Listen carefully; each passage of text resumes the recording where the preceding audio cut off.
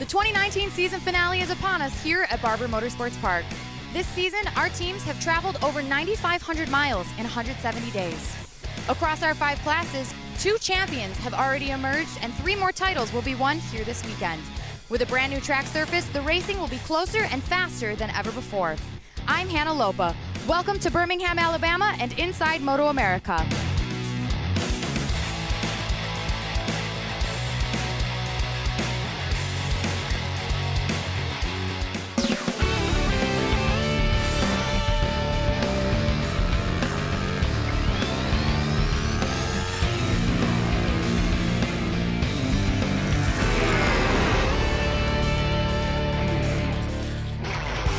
It all comes down to here, just outside of Birmingham in the small town of Leeds, Alabama, and the Barber Motorsports Complex.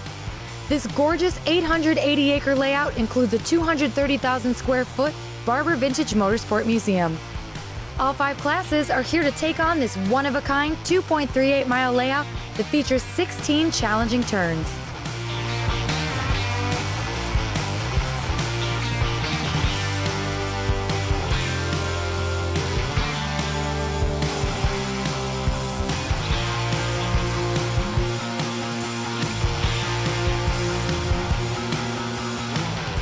Now that they've clinched their respective titles, Rocco Landers and Andrew Lee can grit up without the added sense of pressure and truly enjoy their victories.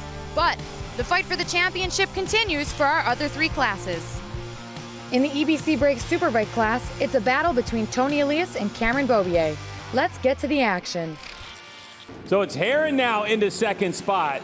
After Josh Herrin has really started to sort himself out this weekend, Garrett Gerloff, who we thought had race-winning pace, is back in third, and there's Tony, and it looks like Jake Gagne just trying to get around him. He does not look comfortable at all, does Tony. That's probably the worst first lap we've seen from Tony Elias. He's going to lose a spot to Jake Gagne as they go into turn 1. Cameron Beaubier is in way deep, way big mistake from Cameron Beaubier. So Beaubier, is he going to lose it? He does. And Herrin loses the rear, and now Gerloff's going to go underneath both of them, and Cameron's going to follow him through. What a crazy sequence of events there. Well, the splits are definitely going to... Oh, wait a second. Pass for second, as now it's going to be Josh Herrin forcing the issue on Beaubier. Thanks for that, G-Dub. Yeah, I mean, that's what Herrin can do so well. He got a great run out of turn 5, was able to slide his way up underneath Cameron Beaubier into turn 6. But how about the importance he's got a run on him. Yeah, how about the importance of having a teammate, though? Here comes Beaubier. Nope, he's going to keep it in third for the moment. So Josh Herrin right now grabbing a couple of points away from Beaubier's bid to try to get back. He's trying again, Greg. He's going to try to square it up again. He's going to try to go back up underneath him. There it is, Greg. Herrin actually went in tighter. Cameron said, I'm going to go in even tighter again. Now, this time he's a little bit more tidy through the last corner. He's got to get out of here. Last lap, he was a little too tight in the last turn. Wow, Josh Herrin fighting it out. Oh, side by side. Is there any real estate? Beaubier had to roll off the throttle on that one because that could have spelled disaster. And right now, I can tell you, this is where Cameron's got to keep his cool the best he can. We've seen this before throughout the year. At Laguna Seca comes to mind, where Cameron just could not get by the Yoshimura Suzukis. He's got to run again, Greg. Here comes Cameron Beaubier into turn 5, but Herrin. Josh Herrin just so good on the brakes coming down the hill, and man, that Yoshimura Suzuki gets off that final corner really well. So now where's Beaubier going to strike? All the while, Jason, Cameron's having to use up a lot of tire to fight with Josh Herrin, while Garrett Gerloff is doing it exactly the way he wants to. Wyman's starting to drift. Here comes Tony Elias. Yeah, well, Cameron's going to get impatient here soon, Greg. He's got to find a place that he can really try to almost block past Josh Herrin in a way to where Josh can't get a run. He gets a run on him down that little back straightaway again. Yeah, the pace we've seen from Cameron Beaubier as he goes now under Josh Herrin in turn number 5, and Tony Elias going under Kyle Wyman. And now, can he hold it? No, and Wyman forces the issue. Great job from Kyle Wyman, and you can look to see Herrin's got the horsepower as they run down to that turn 8 spot, and he's going to slide himself back up underneath Cameron Beaubier. So Herrin, oh, look at Beaubier. He's really, wow. Are you kidding me? That's How do you pass there? That's what he's got to do. There's the gap. That's the gap. And now Josh looks back. He loses those 2 spots. Now Cameron could put his head down, and Tony Elias is in the prime spot for damage control. Garrett Gerloff is checked out to almost, 2.5 second lead. Beaubier now, the one spot that he made a mistake in was this spot that we went through. It really cost him all that time. Beaubier using all the curbing. I'm not sure if he knows that Josh Herrin is now 2 bikes away from him. So Cameron Beaubier, what a pass that was. That was forcing the issue through 8 and 9. Didn't think it was possible. Look at Kyle Wyman get out that last corner, Greg. That Ducati's hooked up. Talked to him a little bit this morning. He said, Jay, it's the best it's been on the edge of the tire. I've got a ton of grip. I've got a ton of edge grip. Final lap of this race. Tony Elias as JD Beach trying to go up underneath. Josh Herrin. Herrin's so good on the brakes today. Herrin just let go of that lever. He runs a very tight line into turn 2. And now if he can just run I feel like if Herrin is doing what he's doing right now, he's given a big enough gap where JD's not going to be able to do anything with him down into Charlotte's Web. Through turn 16 and the final turn number 17, Cam Beaubier. Can he keep it tidy? 2, the throttle stop he goes. And to the line, Cameron Beaubier will take victory and a maximum 25 points over his teammate Garrett Gerloff. 7 points now, the difference in this championship with 25 points, 1 race to go in the EBC Brakes Superbike Championship title. It's Tony Elias with 7 points over Cameron Beaubier. Cameron Beaubier with a 1/10 of a second victory over Garrett Gerloff, his teammate. And then Tony Elias and Josh Herrin in that order with JD Beach, Jake Gagne. Kyle Wyman, a good race for him, but drifted back to 7th. They'll be taking a look, see how they can get that bike to continue to go that pace race distance. Cam Peterson, 8th, and David Anthony, the first of our Kawasaki's.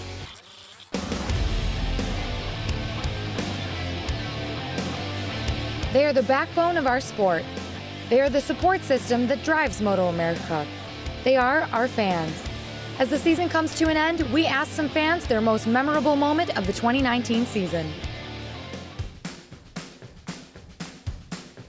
Hey, I'm Steve Tarbruggen. I'm down here at MotoAmerica, and the best part of the 2019 season is about to happen.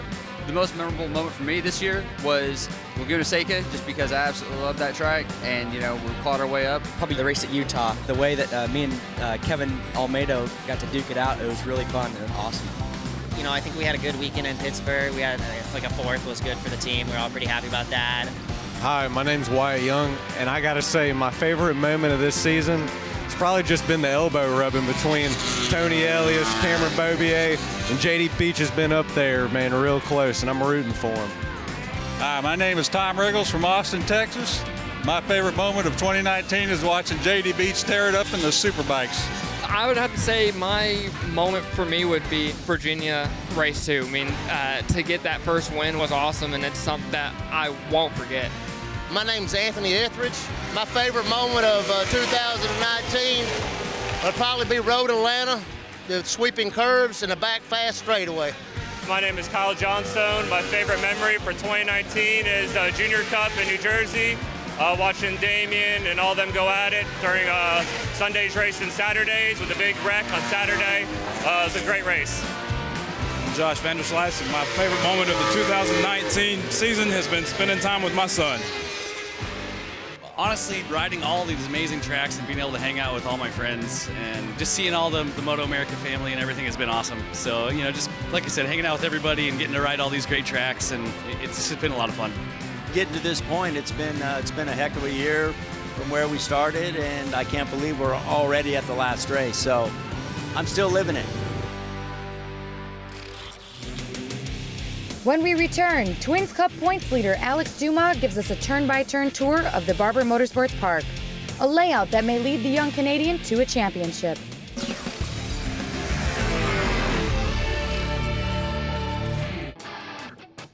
Welcome back to Birmingham, Alabama and inside MotoAmerica. Before Alex Dumas tried to grab the championship in the hotly contested Twins Cup race, he sat down with us and gave us his turn-by-turn of Barber Motorsports Park.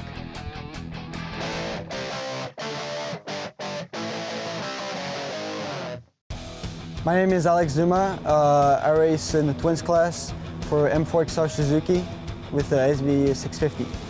Let me take you around Barber. So heading into the front straightaway, we brake pretty late. I take one downshift, heading to turn 1. It's really fast. You just pick up the gas and you're already full gas, 100%. Into turn 2, it's kind of a little hill, so the bike gets a little light.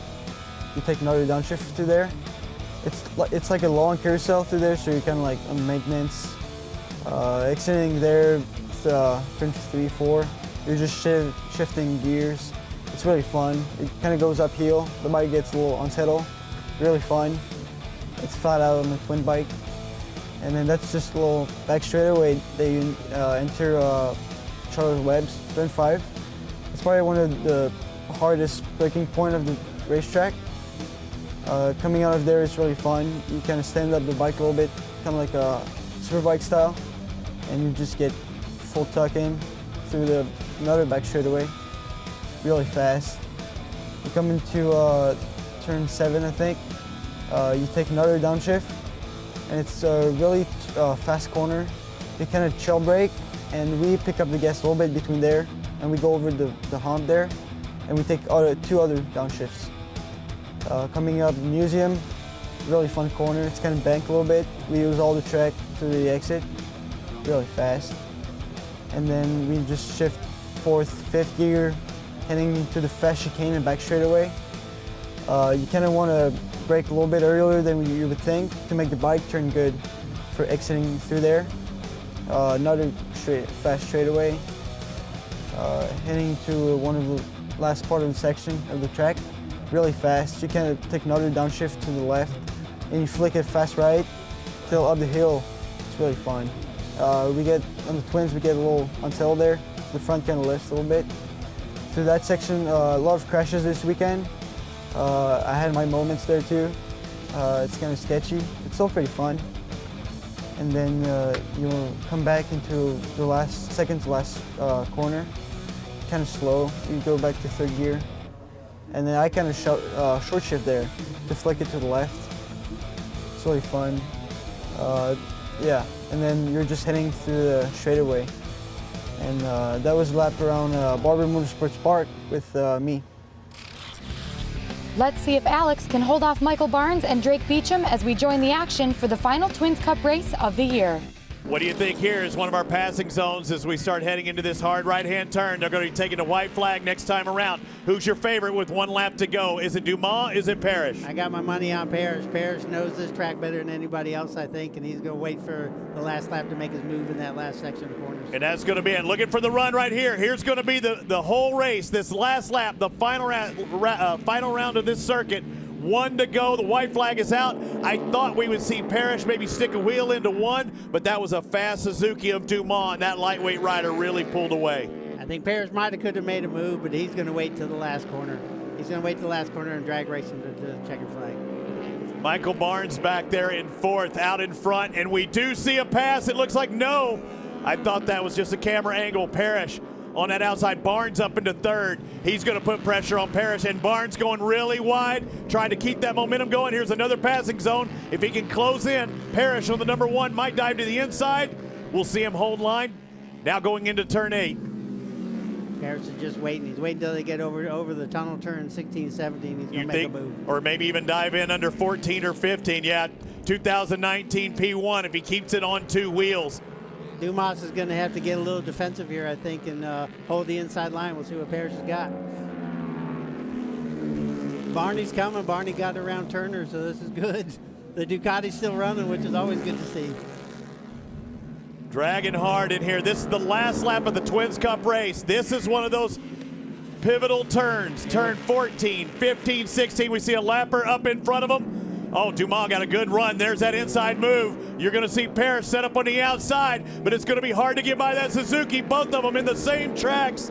Coming down the front straightaway, Alex Dumas going to take the victory. Second's going to go to Chris Parrish. Michael Barnes in 3rd with the fastest lap of the race, a 1:31.74 by Michael Barnes. Chris Turner going to be 4th, followed by Drake Beecham, and the championship is going to go to Alex Dumas and Team Hammer. The RoadRacingWorld.com Suzuki takes the victory.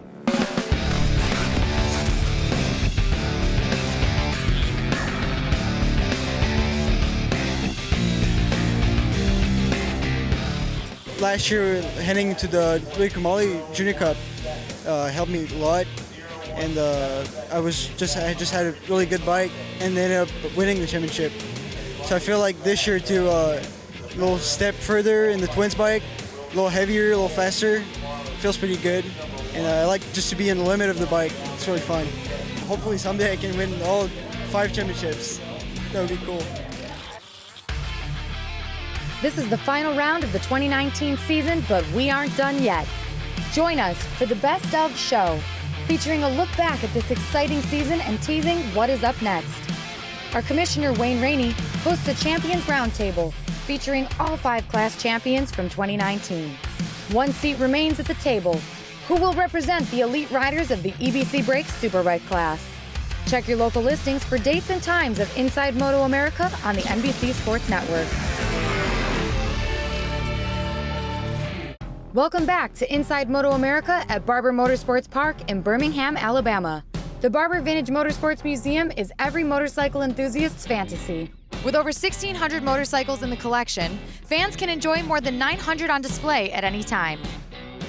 216 manufacturers are represented here, all in pristine condition. Walking in, guests are greeted with a wall of vintage and modern motorcycles that transcend generations, cars, and crazy sculptures.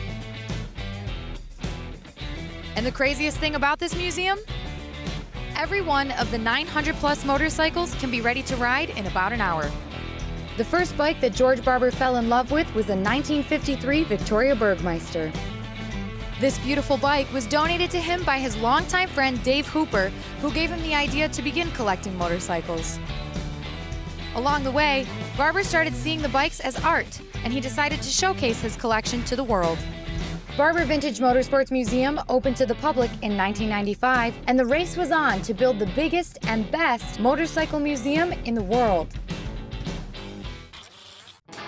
As teams in the paddock grow from year to year and crew members are added, it's safe to say the growing pains are short-lived. Here's Inside MotoAmerica's The Crew.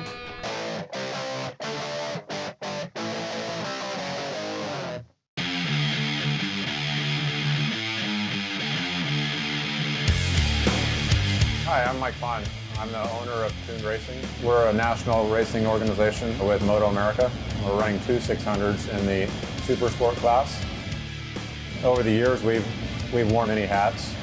I've done everything from loading the truck to sweeping the floors to being a crew chief to even driving the rigs.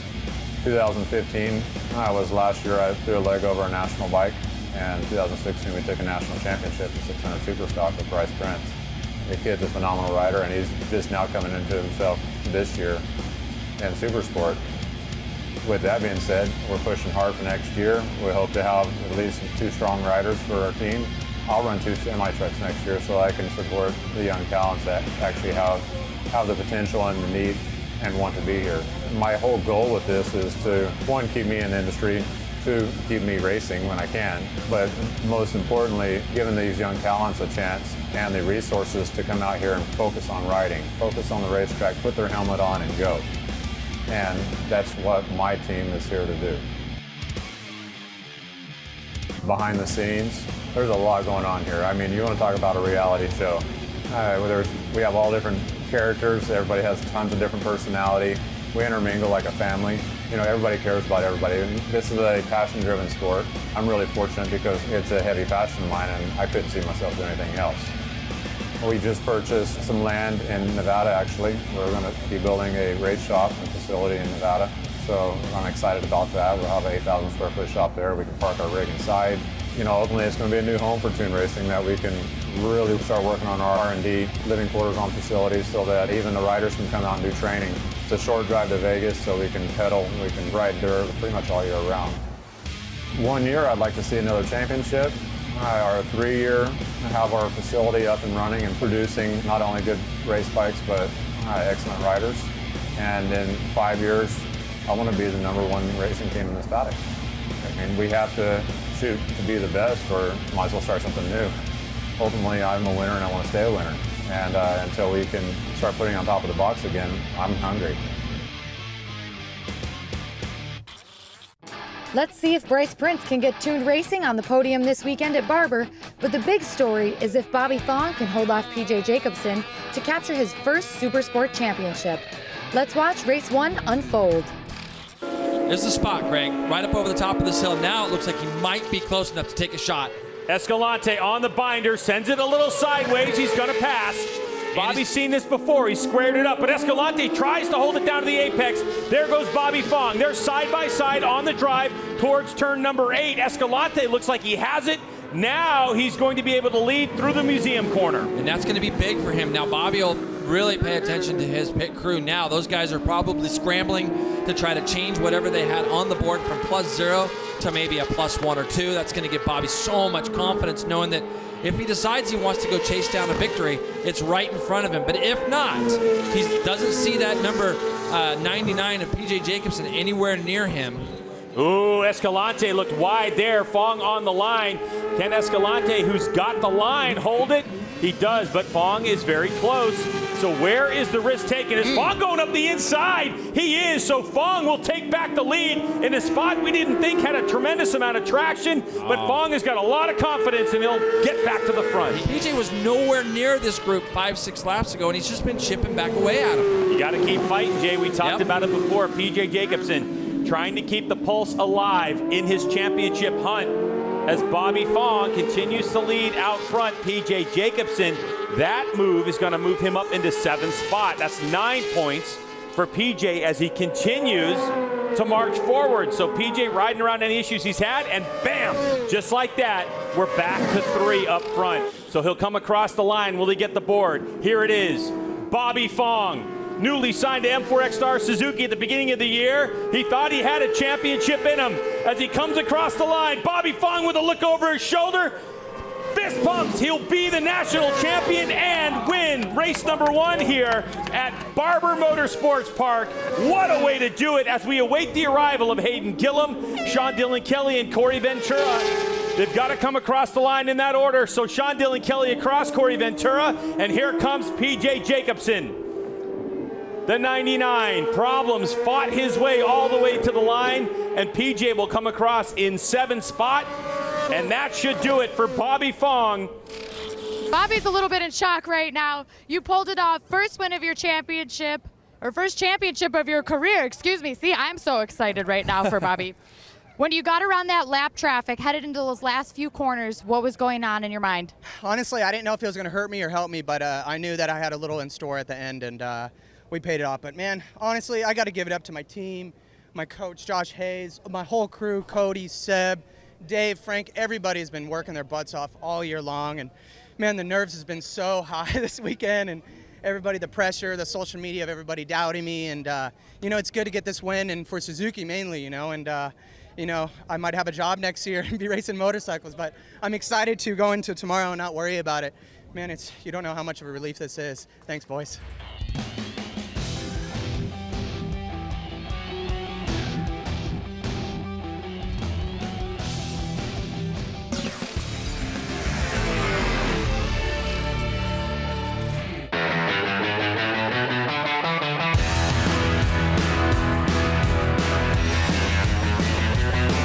Welcome back to Inside MotoAmerica. This season in the... I'm hungry. Where's my pizza? Go get some barbecue. Your family's waiting for you. Where's my pizza? I don't have any pizza.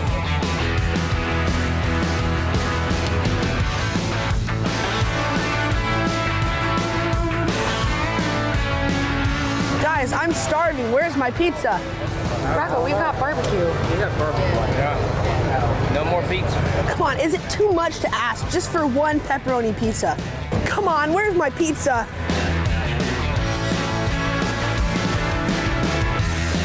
Do you have my pizza? I'm a barbecue chef. You want pizza? Yes. Let me just Pizza!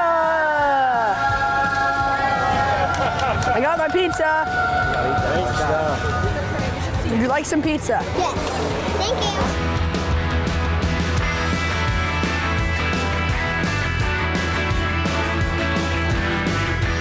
This week in the Liqui Moly Junior Cup. I got my pizza. I still got a lot of work to do this weekend in the Liqui Moly Junior Cup races.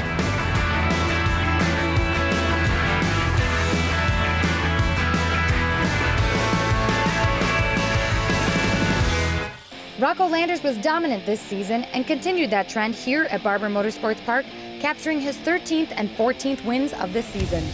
Doyle made some moves, but the perfectionist Landers was always there to capitalize on any mistakes.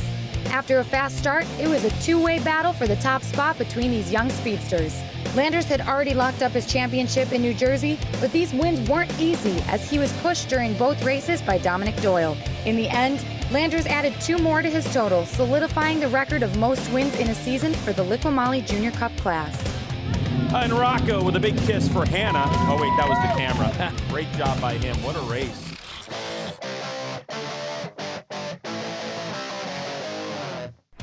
The schedule for Season 6 of MotoAmerica has been released, and there are some new venues to challenge our riders. The season is bookended by Birmingham as Barber Motorsports Park plays host to our riders for preseason testing in early March and concludes with the Championship of Alabama again in mid-September. Unlike this year, the first official event is at COTA. Then, all 5 classes take to the track in Brazelton in April. 2 new venues joining the circuit include the Ridge Motorsports Park just outside of Seattle in late June, and 2 months later, MotoAmerica debuts at the famed Brickyard, the Indianapolis Motor Speedway. Inside MotoAmerica will be there every step of the way, chronicling the lives of these great athletes on and off the track. Birmingham featured a unique experience for Ducati owners worldwide through the Alabama Desmo Ducati ticket package, offering up a unique lounge for our fellow owners to mix and mingle amongst themselves and a chance to ride a lap on the track. This year marks the 5th year Barber has hosted MotoAmerica, so you would think the riders have some great data and instincts on this 2.38-mile layout. But much of that can be thrown away as Barber has received a facelift. Hi, my name is Mark Witt. I'm the track manager here at Barber Motorsports Park in Birmingham, Alabama. The original track that we had lasted for 16 years, close to 16. The seams were opening up. We found out that the entire track all the way to the base was not good. So we decided to take up not only the asphalt, but some of the base itself and build it and make it bigger, taller, and stronger. We're thinking it will last as long, maybe longer, than the pre-existing track. What we did do different is some of the aggregate is different. We used a lot of local slag on the original track, which absorbs moisture, we found out. So we used a lot of granite in this aggregate base so it won't absorb moisture and crack. Tony, now that race 1 has concluded, has the tire wear after the Superbike race been what Dunlop anticipated to see here at Barber this weekend?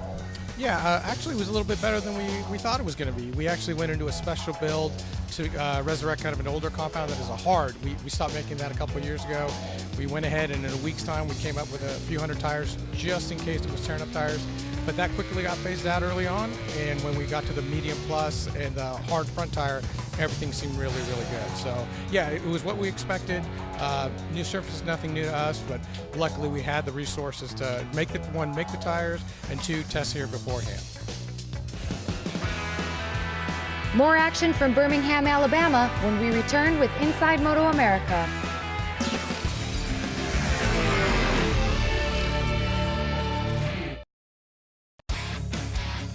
Welcome back to Barber Motorsports Park and Inside MotoAmerica.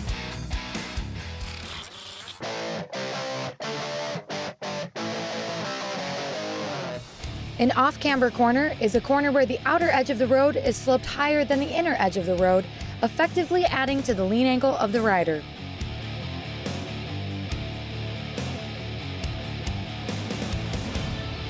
Typically, off-camber corners are completely blind and provide less traction than a neutral or positive camber corner. Almost all technical enhancements made for our riders and their bikes are for 2 things: speed and safety. And nothing epitomizes both speed and safety more than the Yamaha Champions Riding School, a school I was fortunate enough to attend before round 9 in New Jersey. With more, here's Inside MotoAmerica Tech.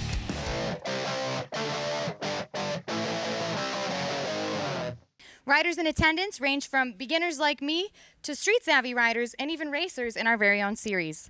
The school teaches skills that apply to both the street and track with one common goal: how to go faster, safer. And for novices like me, ride safer, faster. It's Yamaha Champions Riding School, and it is about identifying what the best riders in the world are doing to win championships. We teach very specifically bike control. Whatever the student wants to do with it, if they want to win a national race, which our students and instructors have, or if they want to simply just make it safe through the canyon, that's what we're here for. We're going slowest and now neutral, neutral, neutral. We treat our students like professionals and we run our school like a race team. The thinking is the bike was designed by an expert level rider. So whether you're on the track or the street, it works with expert level inputs, and that's all we approach. Whether it's application of brakes, whether it's application of throttle, we really, really enjoy getting them to do what the best are doing. What we will get every rider working on is a couple of things. Number one, what speed does to your cornering radius? How you change speeds to change your cornering radius is a huge part of what we do. Another thing that we make really clear, what is traction? What is grip? How do we lose it? How do we retain it? Third thing we'll work really, really hard on is body position. Moving our center of mass is a big deal. Fourth thing we really work hard on is how do they move weight around the motorcycle? Move weight forward and then move weight off the front to the rear, and more importantly, how smoothly and slowly it has to happen to retain grip. My instructor crew is pretty insanely talented. If you come to YCRS, you will be riding with Kyle Wyman, Chris Paris, Rob Chickalo, Brian Smith, Ben Walters, Ryan Burke, Mark Schellinger, Nick Einach. You'll be riding with some riders who have won a lot of stuff on the racetrack, but they have humility as well, because every one of us has been beaten by someone on a worse bike. It makes them humble, it makes them great instructors, and they have the ability to break down technical riding into simple language to pass on to the students. YCRS is the premier school in the country because we're learning from the best, working close with the best, and we're taking that and giving it to our students, and the success is evident in them. For fast road racers, expect 2 or 3 seconds in your lap time. For a C group road racer, expect 11 seconds. I mean, we're really looking for big, big steps.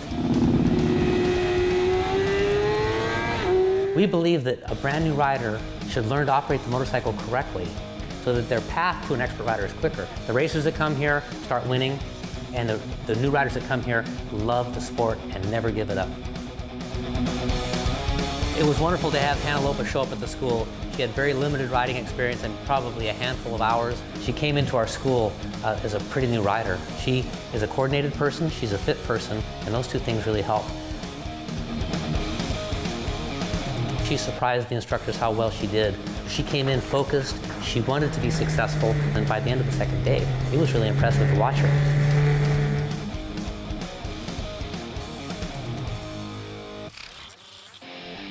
Andrew Lee clinched his championship in New Jersey, but that didn't stop the intense racing here at Barber Motorsports Park.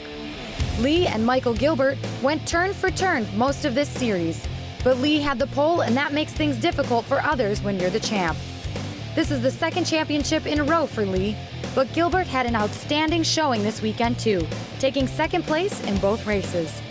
Lee collected his 8th victory out of 11 races this season, showing a dominant presence in the class. Don't go anywhere. Inside MotoAmerica, we'll be right back.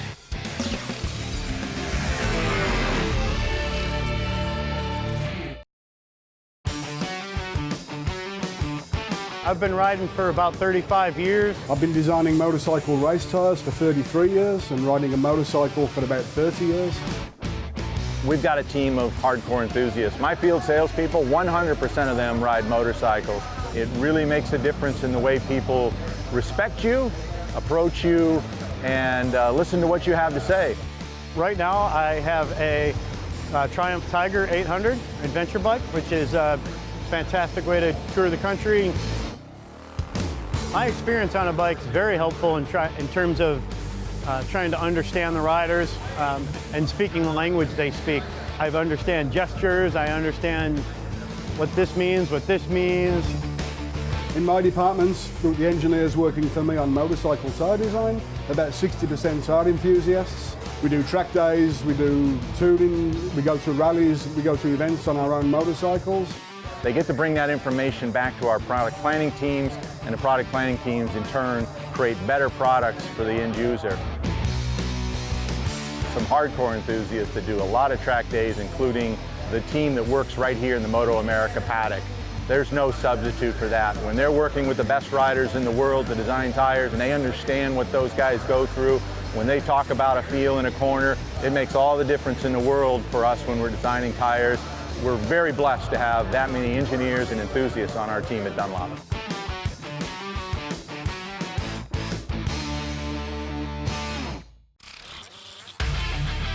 This is the final round of the 2019 season, but we aren't done yet.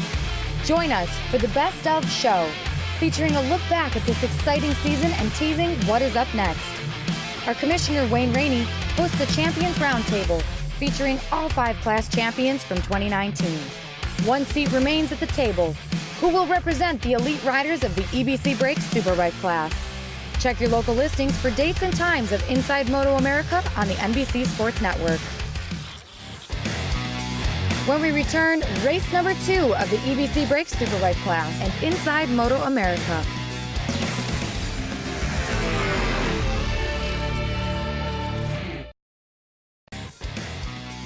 Welcome back to Birmingham, Alabama, and race number 2 of the EBC Brakes Superbike Championship on Inside MotoAmerica. After a long and grueling season of intense competition in the EBC Brakes Superbike class, the championship comes down to the final race. Cameron Beaubier trails Tony Elias by 7 points. If he pulls out a win, then Tony needs to finish 3rd for Cameron to win the title. Tony has to finish anywhere ahead of Beaubier to be the champ. Let's get to the grid for the start of the race where our EBC Brakes Superbike champion will be crowned. Cameron Beaubier, Tony Elias going after this one. Revs are up, and here we go. Garrett Gerloff, great start alongside Josh Herron as well. Let's see if Gerloff lets his teammate take to the front. Nope, it's going to be Josh Herron, just as I called. And here's what happens, Greg. Cameron now back all the way to 7th right off the bat as Herron forced his way through.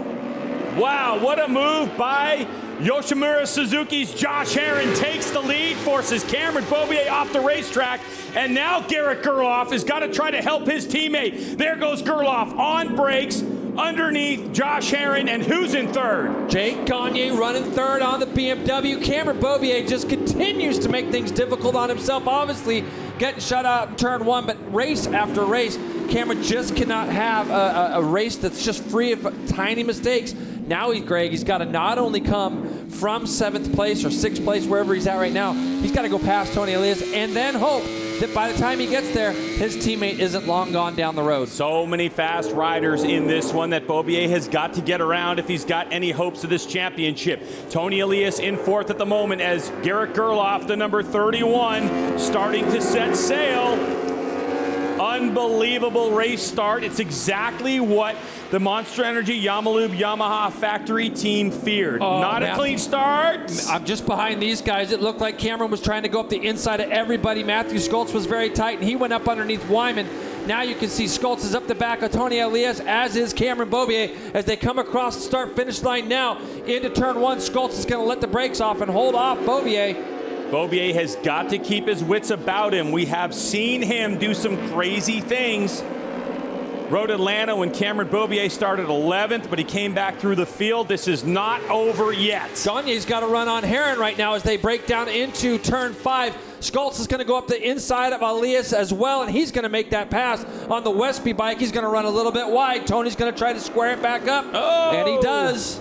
A little rub in there. Tony Elias trying to desperately hold on to his position. Schultz looks around the other side, and Beaubier may have scooched his way up right behind Tony. And that's pretty heady there from Matthew Schultz. I tell you right now, Greg, there he is on a Yamaha also, and he is looking back. These other riders are going to be very heady on knowing where the 2 championship contenders always are. He probably had a quick look back to see where Schultz was. As you can see, Gagne gets a big run. It's Cameron getting a big run on Tony Elias. Expect a pass on Elias here in turns 15 and 16. This is where Cameron showed a lot of his moves right here, Greg. This is where it's going to happen. Look at the number 1. Up the inside he goes, just like Jason said. He's side by side with Tony Elias. So Cameron Beaubier will transition it back to turn number 17. So there goes Cameron Beaubier, and now he's ahead of his championship rival.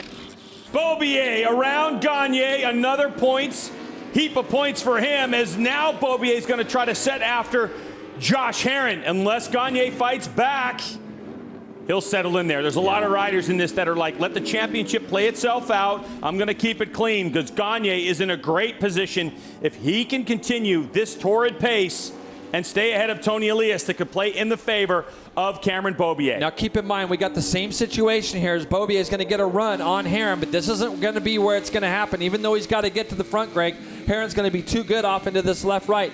Herrin has not had anybody around him. As you get it on board here from Beaubier, you're going to see him try to sneak up the inside of Herrin again. You can see him open up the line. Now he's going to cut it close to the tight, but Herrin's blocking. He knows, Greg, he knows that Beaubier's behind him. Maybe not right this second that he knows, but he knows that's the move that Cameron's going to want to push. Yesterday, the move was in turn 8. There's Tony Elias, your championship points leader, coming into this race, losing points.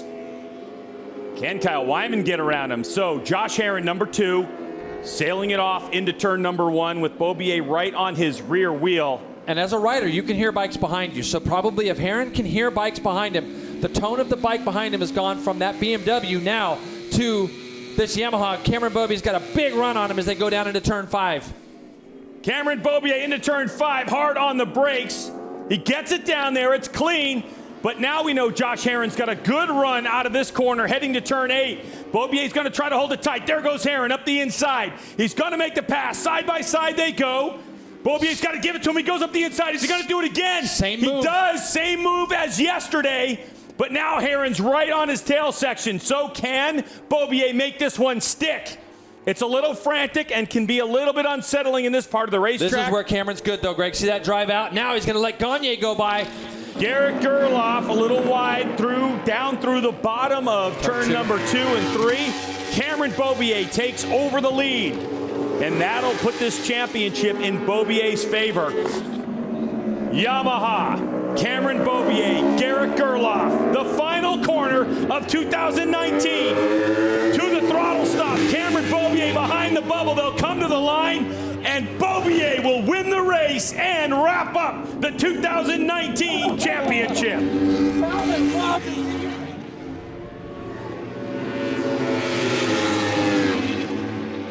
Matthew Schultz over the line, wheel in the air. Tony Elias worked his way back up to 4th spot and got around Kyle Wyman. He did everything he possibly could, and good on Garrett Gerloff for not trying to win this race at the end, because that championship would have gone to Tony Elias.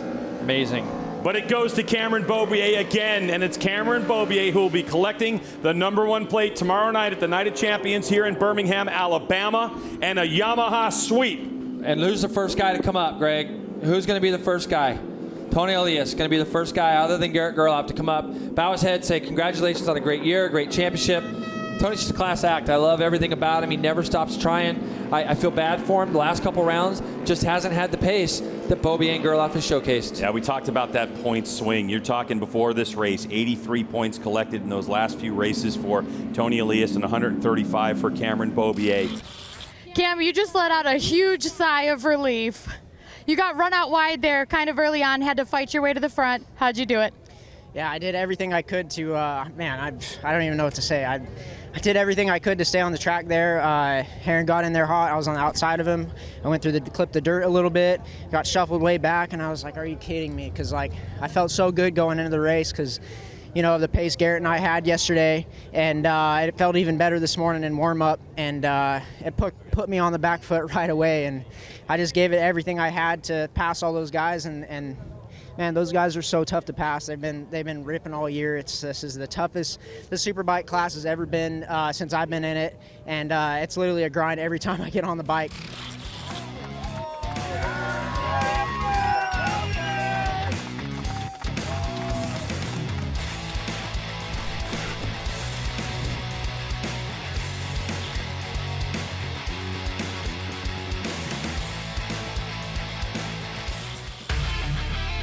This is the final round of the 2019 season, but we aren't done yet. Join us for the Best of show, featuring a look back at this exciting season and teasing what is up next. Our commissioner, Wayne Rainey, hosts a Champions Roundtable, featuring all 5 class champions from 2019. Check your local listings for dates and times of Inside MotoAmerica on the NBC Sports Network.